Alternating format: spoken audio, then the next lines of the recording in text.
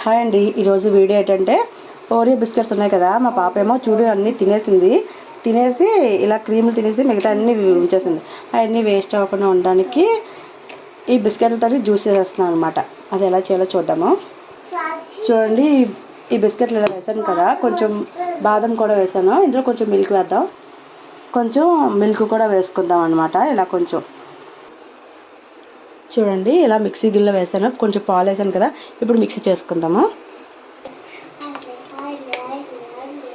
చూడండి, మనం మిక్సీ చేసాం కదా, పాలు వేసాను, కొంచెం బాదము, మిగతా బిస్కెట్స్ అనమాట.